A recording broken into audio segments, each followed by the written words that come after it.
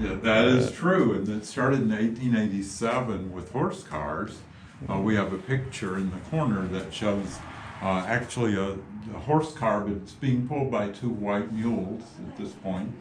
But that was the beginning of the service, and it went from 7th Street to 7th Avenue, which is only a distance of 1 mile, but the city was only a half square mile. It went from Van Buren down to the railroad tracks, 7th Street to 7th Avenue. You're showing the way the lines existed in 1921, which is really the full extent of the streetcar service in Phoenix. There was a line that went up to Glendale, across to the city of Glendale, which then was you got to ride through the country, through the orange and lemon groves and cotton fields. The city really needed to revamp the system, so they put better rail in along Washington Street and on the Brill line. Got 18 brand new streetcars. They came here on December 25th, 1928. So they just, a week ago, they turned 95 years old.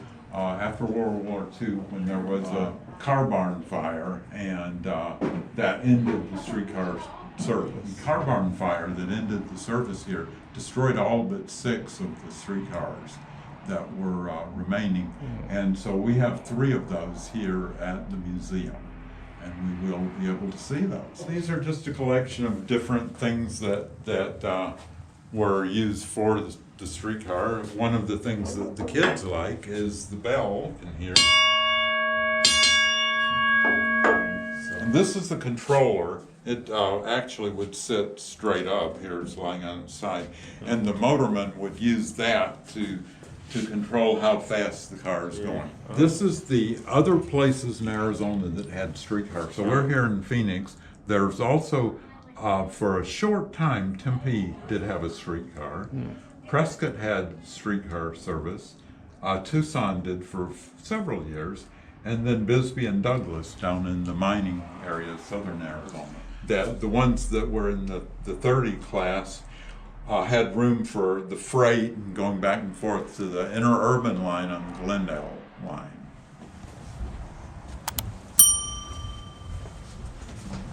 And this is car 116. These cars, the one on the left, car 504, obviously is just has been disassembled, right? And 116's been nicely restored.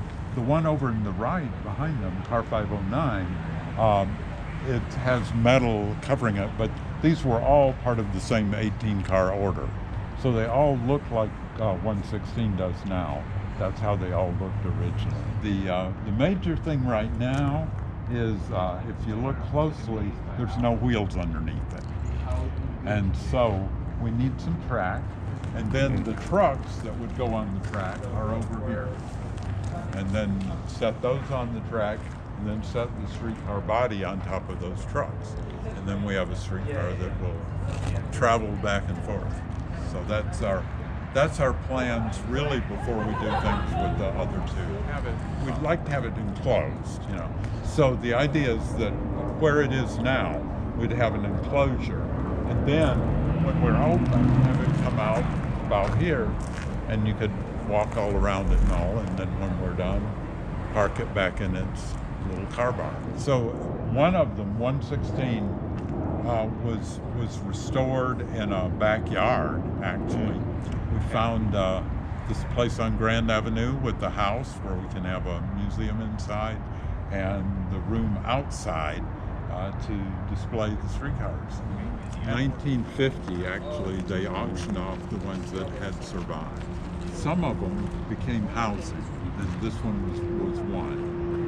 And there was a place called the Trolley Trailer Park, had 4 of these cars. When we got it, we weren't sure which car number it was, but it's actually car 509. I don't know if you can see, or if we need a flashlight.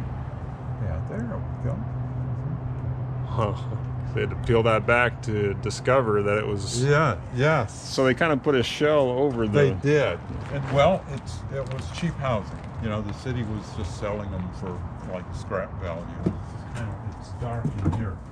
But the one who started the Trolley Trailer Park had bought 4 of these. It was on Lincoln Street and over near 35th Avenue, I think. Visited here. We were able to contact the one whose father started the Trolley Trailer Park.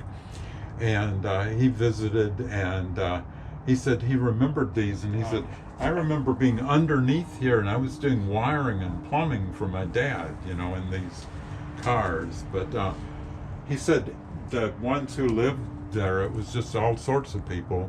But he said nobody stayed very long because these were really hot, and there's no air conditioning or anything, so they were temporary housing for lots of different folks. I can imagine how hot it must have gotten in these things. But this is where the motorman would be, and then the other you can see some of these window things. These are wood, and they are the original, but some of the other pieces you can tell have been just replaced. Like I think these 2 are original, but this one in the middle was just a replacement for it. So, but there's a lot of the original wood here, and the old wooden roof in front. How about this? This had been used for, well, one of the things we can see, there were signs that said fireworks for sale.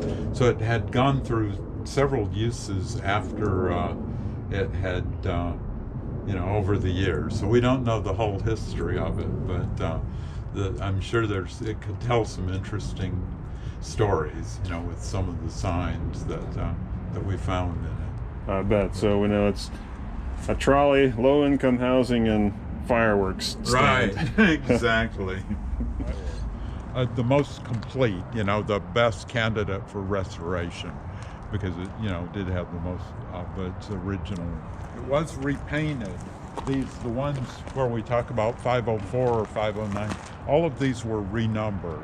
This was car 508. They called it the last ride. But in 1948, after they were out of service, they had a symbolic or commemorative last ride for people who had ridden on the streetcar. People rode out to the Capitol, and then they got on the brand new buses and rode back downtown. That was that. So when we talk about 500 or 116, this one was originally 116, and it's been restored to look like it did in 1928. By 1947, they were painted in a 2-tone green color, and they were numbered in the 500. What those are? What's that? Those are the steps in case you need to go up above to fix something. But you can, well, up and down anyway. So then you'd carefully climb up these steps. I'm not going to try that. Which is also a reason they usually had wooden roofs, even though it's a steel car. Because when you're up on top, there's 500 volts of electricity in the wire up above. So, yeah. Right, so you don't want to be the one to ground 500 volts of electricity. You only do it once. Yes. When is it open? Every Saturday from 11 a.m. to 3 p.m. And then on first Fridays, we're open. And future distant plans are to restore this one as well. Right. So it could be restored so that it's the 2-tone green colors with the 500 number, as opposed to here, this was back to the old 1928 colors. So you could see like both. So look at this. The logo.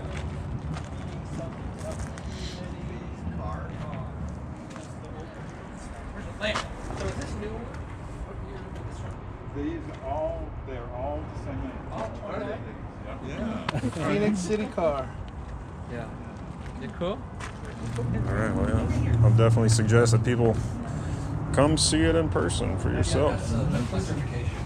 We're always seeking funding. Right now, we're seeking rails. So, you know, one option is to go out and buy some rails. Another is, you know, maybe someone has some rails that they might donate or you know, for the cost of delivering them here or something. You know, we don't need brand new rail for this. I mean, you know, rail that was 1928 vintage would be fine.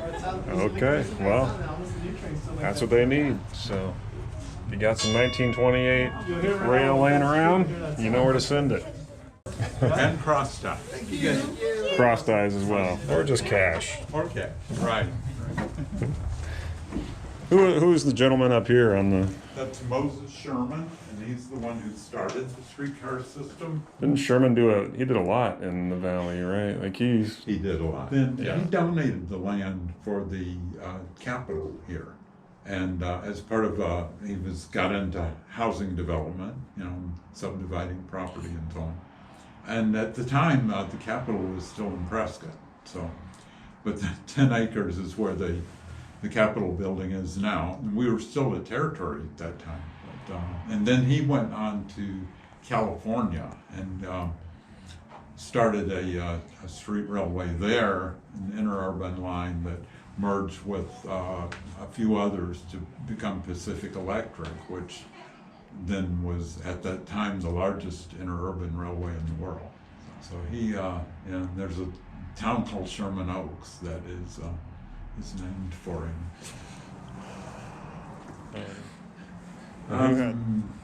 They're different. The one of them, the Motorman 39, that was actually an actual motorman's cab.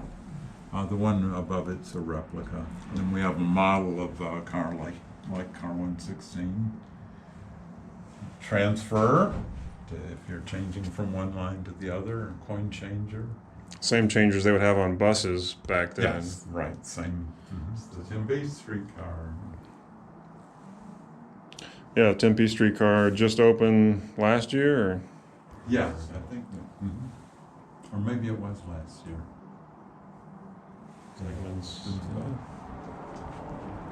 Well, thanks again, Lanny. Appreciate it. Good to meet Really you. enjoy the tour and learning. Yeah. Always good to learn about Phoenix. Yes, great. All right. Great. Have a good night. You too. Thank you.